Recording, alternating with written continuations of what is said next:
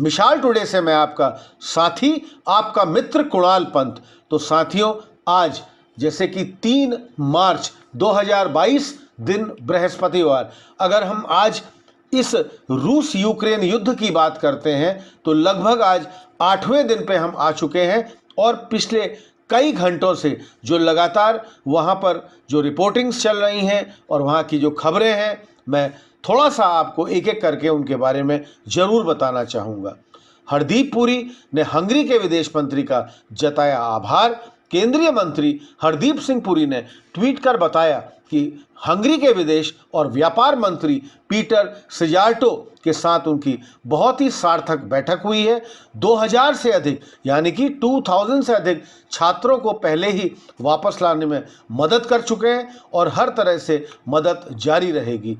अब तक करीब 6,400 भारतीय वापस ले आए गए हैं। विदेश मंत्रालय के प्रवक्ता अरिंदम बागची ने कहा है कि पहली एडवाइजरी जाने होने के बाद अब तक कुल 18,000 भारतीय नागरिक यूक्रेन छोड़ चुके हैं। ऑपरेशन गंगा के तहत अब तक 30 उड़ानें यूक्रेन से लगभग 6,400 भारतीयों को वापस ला चुकी है। अगले 24 घंटों में 18 उड़ानें शेड्यूल की जा रही हैं। अगले 2-3 दिनों में बड़ी संख्या में भारतीय स्वदेश लौटेंगे। विदेश मंत्रालय के प्रवक्ता ने कहा कि उड़ानों की यह बढ़ी हुई संख्या उन भारतीयों की बढ़ी हुई संख्या को दर्शाता है जो यूक्रेन पार कर रहे हैं और अब पड़ोसी देशों में हैं। हम इन सभी भारतीय नागरिकों को जल्द से जल्द वापस भारत लाने का पूरा प्रयास कर रहे हैं। हम और उड़ानें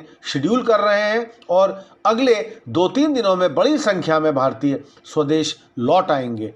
यह हम लोगों के अपने पूरे प्रयास से और मेज़बानी करने और उन्हें निकालने में सहायता प्रदान करने के लिए यूक्रेनी सरकार और पड़ोसी देशों की सराहना भी करना चाहते हैं। अगले 2 दिनों में करीब 7,400 भारतीय लाए जाएंगे। यूक्रेन संकट के बीच उड्डयन मंत्रालय ने कहा है कि लगभग 3,500 भारतीयों के साथ 17 उड़ानें शुक्रवार को भारत आने की उम्मीद है। अगले 2 दिन में लगभग 7,400 से अधिक लोगों को विशेष उड़ानों से भारत वापस लाया जाएगा और बड़ी संख्या में छात्र कारगिल छोड़ चुके हैं। अरिंदम बागची ने यह भी कहा कि हमारे द्वारा एक एडवाइजरी जारी करने के बाद बड़ी संख्या में छात्र खार्किव छोड़ चुके हैं। यूक्रेन की पश्चिम सीमाओं को पार करने की प्रतीक्षा कर रहे भारतीयों की संख्या अब काफ़ी कम हो गई है। मैं भारतीय नागरिकों को निकालने के लिए रूस और यूक्रेन के अधिकारियों के संपर्क में लगातार हूँ। शुरुआत में करीब 20,000 भारतीय नागरिकों का पंजीकरण यानी कि रजिस्ट्रेशन किया गया था, लेकिन कई ऐसे भी हैं जिन्होंने पंजीकरण या रजिस्ट्रेशन नहीं कराया था। ये अपने अनुमान से ये मानते हैं कि कुछ 100 नागरिक अभी भी खार्किव में रह रहे हैं। हमारी प्राथमिकता छात्रों को किसी भी संभावित तरीके से सुरक्षित बाहर लाने की है। और एक बहुत बड़ी खबर कि पुतिन और मैक्रो के बीच हुई बातचीत। राइटर्स के मुताबिक रूसी राष्ट्रपति व्लादिमीर पुतिन ने फ्रांस के राष्ट्रपति इमैनुअल मैक्रो से कहा है कि यूक्रेन में रूस के सैन्य अभियान का मकसद उनका असैन्यकरण तथा तटस्थ स्थिति बरकरार रखना है। हम इस लक्ष्य को किसी भी हाल में वापस और हासिल करेंगे। पुतिन ने यह भी कहा कि यूक्रेन की ओर से बातचीत में किसी भी तरह की देरी की कोशिश होने पर रूस अपनी मांगें और बढ़ा देगा। भारत में फ्रांस के राजदूत का एक बहुत बड़ा बयान यह है कि भारत में फ्रांस के राजदूत इमैनुअल लेनिन ने दिल्ली में कहा कि हम यूक्रेन की बहुत मदद कर रहे हैं। यूरोप के सभी देशों ने यूक्रेन को मानवीय सहायता के साथ साथ उपकरण, हथियार भेजने का भी फैसला किया है। राजनीतिक समर्थन भी दिया जा रहा है। रिकॉर्ड समय में हमने रूस उसकी बैंकिंग संस्थानों के लिए खिलाफ अभूतपूर्व प्रतिबंध लगा दिए गए हैं। नवीन के शव को भारत वापस लाने का प्रयास किया जा रहा है। साथियों, मैं फिर बताना चाहता हूं कि विदेश मंत्रालय के प्रवक्ता अरिंदम बागची ने कहा है कि यूक्रेन में मारे गए 2 भारतीयों की पूरी तरह से अलग परिस्थितियों में जान चली गई। यूक्रेन के दूतावास से संपर्क किया है और नवीन के शव को वापस लाने का प्रयास कर रहे हैं। यूक्रेन के पूर्वी हिस्सों से छात्रों को बाहर निकालने की कोशिश की जा रही है। सोमवार को कीव में भारतीय दूतावास के महत्वपूर्ण हिस्से को लवीवी जाना पड़ा। दूतावास बंद नहीं था, यह पूरी तरह कार्य कर रहा था।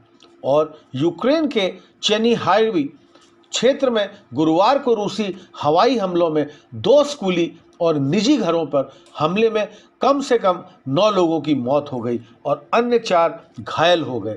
चेर्निहाइवर गवर्नर ने एक ऑनलाइन पोस्ट पर यह जानकारी दी है, जो कि चेर्निहाइवर गवर्नर की तरफ से आई है। उन्होंने कहा है कि बचाव कार्य जारी है। राज्य की आपातकालीन सेवाओं इमरजेंसी सर्विसेज के अनुसार अभी भी 9 लोगों को मौत हो गई है और 4 करीब घायल हैं।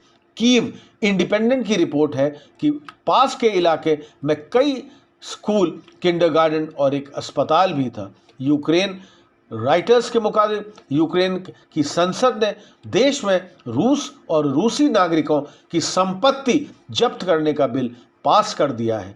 रूसी मंत्रिमंडल से बातचीत करने के लिए यूक्रेनी प्रतिनिधिमंडल बेलारूस पहुंचा है। मतलब कि रूस से बात करने के लिए यूक्रेनी प्रतिनिधिमंडल बेलारूस पहुंच चुका है। रूसी समाचार एजेंसी तास ने अभी हमको खबर दी। रूस के विदेश मंत्रालय ने कहा है कि बेलारूस के इलाके में रूसी और यूक्रेनी प्रतिनिधियों के बीच सीधी बातचीत चल रही है। उम्मीद है कि वे स्थिति को समाप्त कर लेंगे। डोनबास में शांति बहाल हो जाएगी और यूक्रेन में सभी लोगों को शांतिपूर्वक जीवन में लौटने में सक्षम बताया जाएगा। रूस और यूक्रेन के बीच आज आपको साथियों मैं लगातार बता रहा हूं कि आज ये 8th डे है।